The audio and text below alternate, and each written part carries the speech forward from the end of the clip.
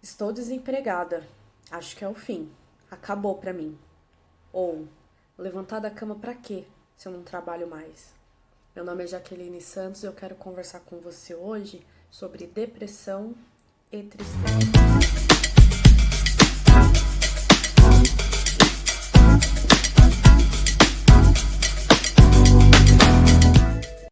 Sejam muito bem-vindos ao canal e hoje eu quero conversar contigo sobre a diferença entre depressão e tristeza. Mas antes, vou pedir para você se inscrever no canal e me seguir nas redes para ajudar agora que eu tô no começo dessas postagens de vídeo e também para compartilhar o máximo de conhecimento que a gente consegue, tudo bem? Então vamos lá, para a gente começar a entender qual a diferença entre depressão e tristeza, a gente precisa primeiro entender o que é depressão. Então, a depressão, ela é uma doença crônica, né? Então, quando a pessoa começa a perder o interesse por atividades que até então foram prazerosas durante um bom tempo e agora ela não tem mais interesse em continuar nesse processo de coisas que ela fazia para ela mesma, de cuidar da casa, por exemplo, de sair com os amigos, de ligar para as pessoas, fazer leituras, estudar. Então ela perde o interesse por diversas atividades que até então para ela era uma fonte de vida, vamos dizer assim. Ela se sentia viva quando ela fazia algumas atividades e agora ela não tem mais vontade. Principalmente, isso pode acontecer com a perda do emprego. Então, quando a gente perde o nosso emprego, que até então era a nossa fonte de vitalidade, era a nossa fonte para suprir as necessidades básicas, né? Muitas pessoas comentam: ah, por que eu vou levantar da cama sendo que eu não tenho mais que trabalhar? Vou ficar aqui o dia inteiro. Ou perdi o apetite, ou estou comendo mais, né? Tô com um apetite ainda maior. Não tenho mais vontade de fazer o que eu fazia antes, não tem mais sentido, né, fazer o que eu fazia antes. Então, essa pessoa pode sim apresentar um quadro de depressão. Né? E nós já conversamos diversas vezes que depressão pode ter diversos níveis, desde leve até gravíssima, né? Então, nesse episódio especificamente da pessoa quando ela perde o emprego, na situação em que ela se encontra de desemprego, ela pode sim apresentar depressão. Mas existe um outro tipo, né, que é super normal. Quando você perde um emprego, quando você está desempregado, é normal a gente ficar alguns dias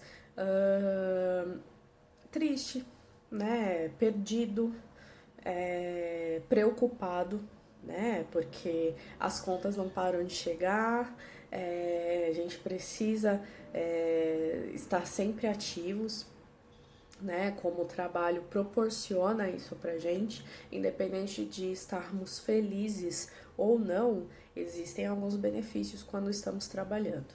Então, quando a gente perde esse vínculo, existem diversas questões, né, que pode ocasionar situações de tristeza e é normal, né? A tristeza, nós ficarmos tristes é normal, com alguns acontecimentos ruins, por perder alguma coisa, no caso, por perder um emprego, por perder algo que a gente gostava muito, por perder pessoas que a gente amava muito, que a gente gostava muito, é normal ficarmos tristes por algum período, né? Isso varia muito de pessoa para pessoa.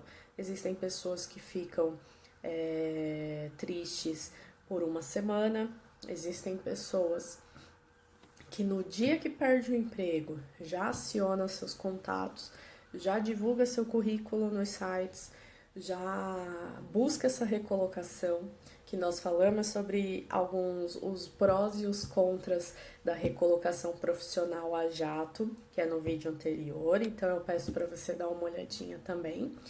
E nesse período é extremamente normal as pessoas ficarem tristes, cada um no seu tempo. Porém, se isso apresentar por mais tempo, que a gente pode considerar na média, isso sim pode levar a uma depressão, né? Além de outros transtornos, mas como nós estamos focando hoje em depressão e tristeza, então eu vou direcionar a nossa conversa para a depressão, tá? Então, diferenciar, isso é muito importante, né? Durante a vida, nós passamos por diversas experiências, boas e ruins. As boas, geralmente a gente lembra, as boas nós lembramos com alegria, com felicidade. As ruins, pode ser que nós guardamos como muitos casos até esquecemos, tá? As experiências ruins. Esquecemos como um mecanismo de defesa. Então, não sei se já aconteceu com você, de algum ano da sua infância, da sua adolescência, você não lembrar de quase nada. Isso é um mecanismo de defesa da tua mente para que você não se lembre daquele episódio, daquela experiência ruim. Pode acontecer também. O que vai diferenciar a tristeza da depressão? O período, tá? A gente se baseia muito sobre a intensidade e o período das crises, dos sintomas, enfim. Depressão, a gente entende que é um acúmulo de tristeza, vamos dizer assim, e isso se torna uma tristeza profunda, tá? Então, pode sim aparecer após a perda do emprego, pode aparecer após a perda de uma pessoa que era muito querida, de uma pessoa em que eu amava muito, e pode também aparecer durante a gravidez, pode aparecer na terceira idade, pode aparecer em diversas fases da nossa vida, tá? Se nós tivermos predisposição, algumas experiências passadas, enfim, isso a gente vai detalhando com o passar do tempo, aprofundando nesses assuntos. Mas o que eu quero focar aqui é a depressão e a tristeza por conta da perda do emprego, né? Então, como que a pessoa lida com perdas? Como que a pessoa lida com algumas questões que estão envolvidas nessas perdas? Então, a gente não pode focar apenas em estar desempregado, mas sim outras questões da nossa vida pode aparecer justamente nesse período em que perdemos o emprego, tá? Agora, Jaque, como que eu consigo lidar com essas questões, né? Quando a gente busca um autoconhecimento, quando a gente busca na nossa história episódios que foram extremamente fortes, bons ou ruins, a gente consegue tirar muito do que resultou nesses episódios, né? Então, episódios como tristeza durante a vida pode ter levado a essa depressão, não somente pelo episódio do desemprego, mas também por episódio do desemprego, porque isso pode ter sido tão forte para a pessoa que ela não soube lidar com a situação, né?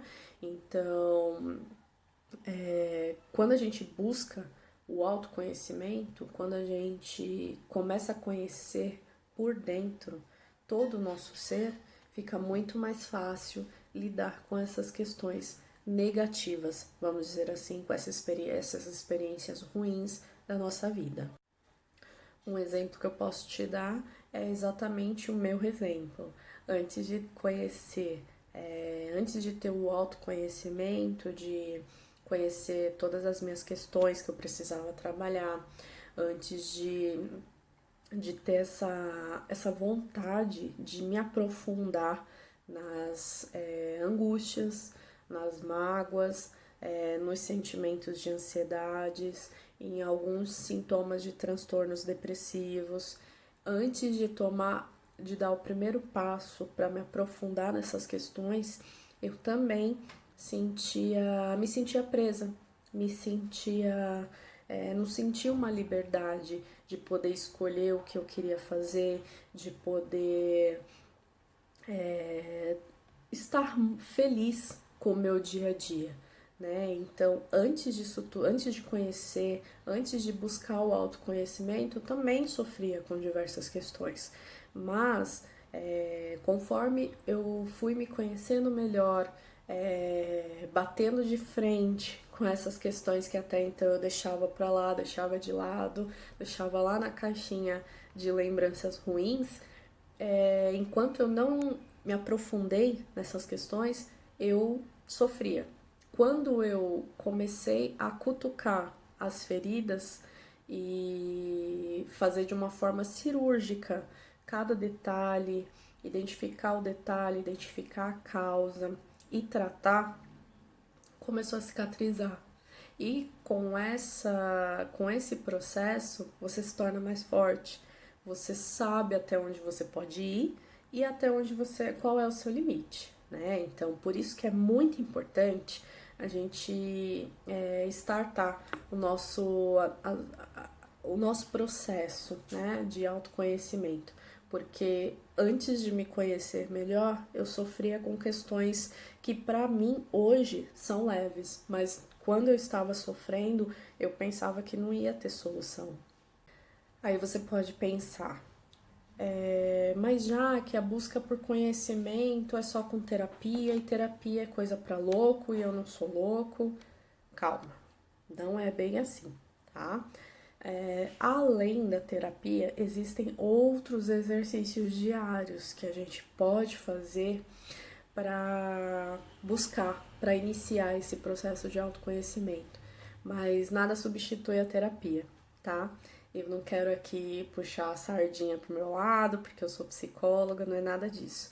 Mas quando nós iniciamos um processo terapêutico, diversas técnicas são utilizadas, onde os psicólogos estudaram e vivenciaram e ter experiência para ir diretamente naquele ponto em que às vezes a gente não consegue sozinho, ou por resistência, ou porque vai me fazer sofrer muito, ou porque eu acho que não é necessário entrar nessa questão, mas não é bem assim, tá?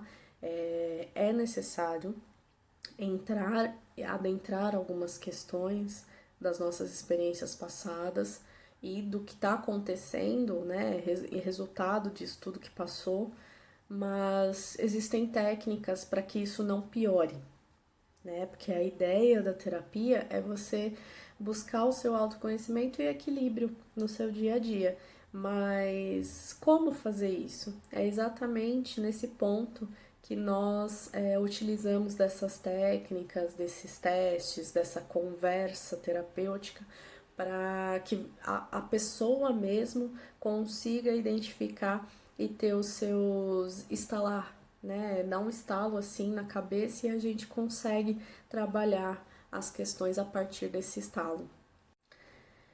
Então, o que eu quero deixar claro é: busca de autoconhecimento não é apenas em terapia, mas nada substitui. Até o momento, para mim, nada substitui a terapia, porque lá você vai encontrar o equilíbrio e a melhor forma de lidar com as suas questões.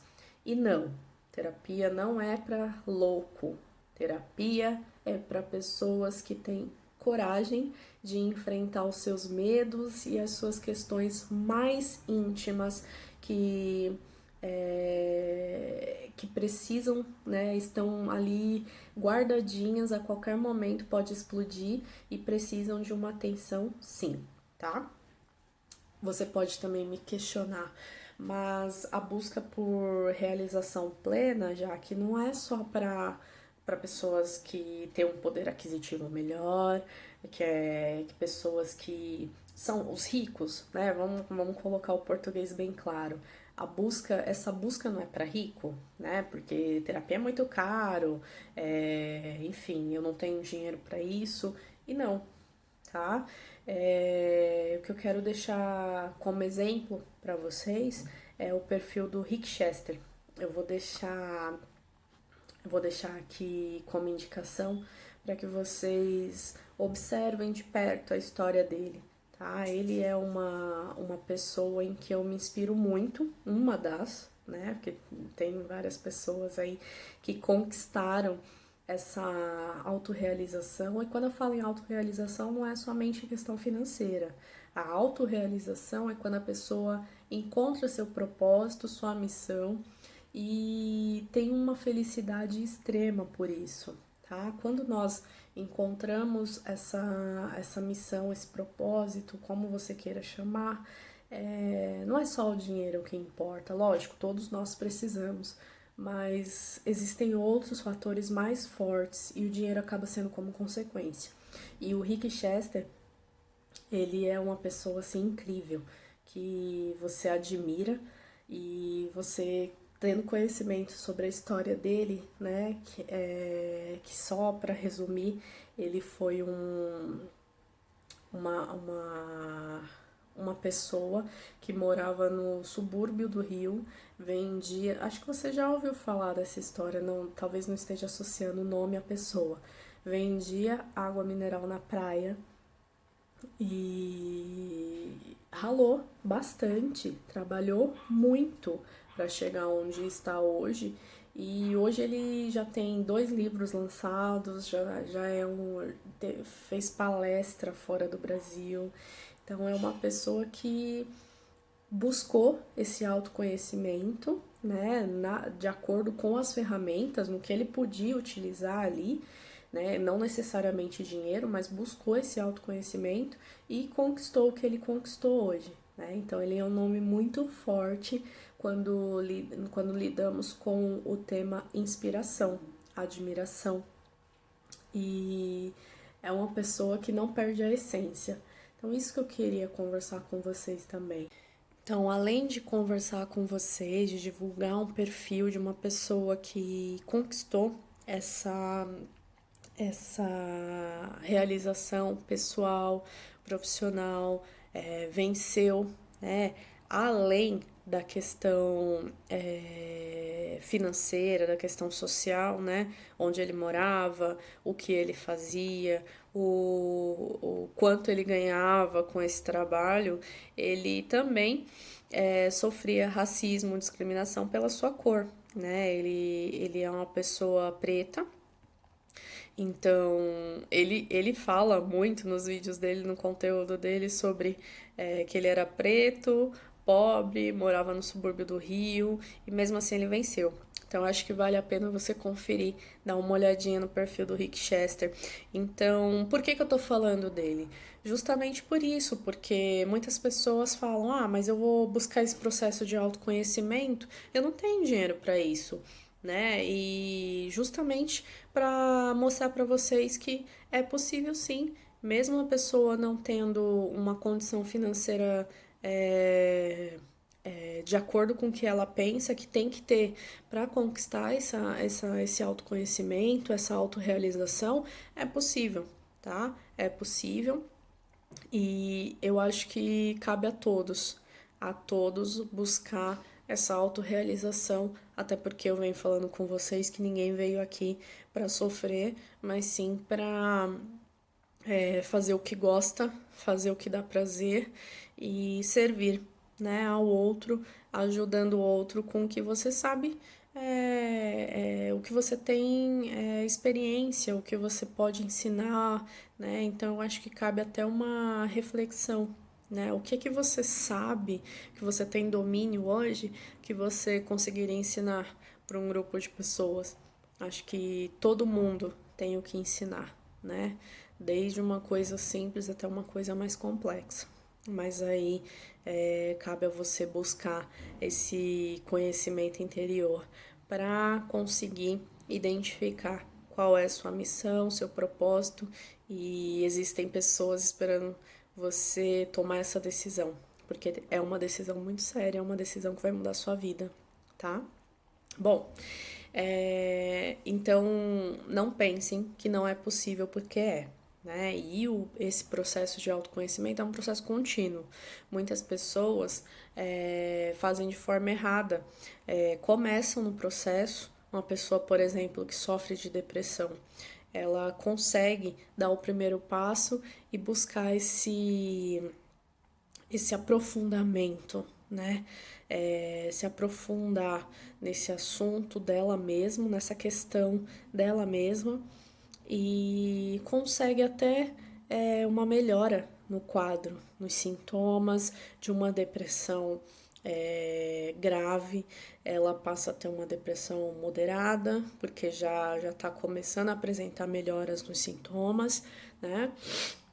De uma depressão média, ela passa por uma depressão leve e quem sabe não apresenta mais esses sintomas de depressão. Quando não apresenta mais, é aí que muita gente acaba desenvolvendo um efeito rebote, né? Até então, algumas questões que estavam controladas ou que a pessoa aprendeu a lidar melhor com aquelas questões, elas voltam e voltam de uma forma muito mais forte, muito mais intensa. Então, isso acaba sendo uma forma errada de continuar no processo. Como eu falei para vocês, o processo de evolução, de autoconhecimento, de realização é um processo diário, é um processo contínuo. Ele não pode parar. Não é porque eu apresentei melhoras nos sintomas de qualquer quadro de transtorno psíquico, eu tenho que parar no momento em que eu acho que é propício para parar. Eu tô sentindo uma melhora numa medicação, né? Tô tomando uma medicação, eu sinto uma melhora, eu vou lá e paro por conta. Eu tô fazendo terapia há, não sei, 6 meses, eu já senti uma melhora, eu vou parar. E não é bem assim, tá? Por isso que existem técnicas para nós profissionais dessa área mensurarmos se é o momento de diminuir, né, as sessões, diminuir a medicação e quando será o momento de parar. Tudo bem? Então, busque esse autoconhecimento diariamente. E uma atividade prática que você pode começar a fazer no seu dia a dia é a meditação. Né? Existem diversas meditações. Se você colocar meditação na busca, vão aparecer diversos vídeos para você exercitar, né, esse benefício. Mas o que eu deixo como dica para você que está começando a fazer, que você pretende começar a fazer meditação, é a meditação guiada, né? Eu até hoje faço, porque faz pouco tempo que eu me aprofundei nesses assuntos e que eu comecei a fazer algumas atividades de autoconhecimento. Então a meditação me ajudou muito, me ajuda muito e não precisa ser muito, tá? 5 minutos diários já vai te ajudar demais a se conectar com você mesmo e começar nesse processo tão evolutivo que é o do autoconhecimento para você conquistar a sua autorrealização, tá bom?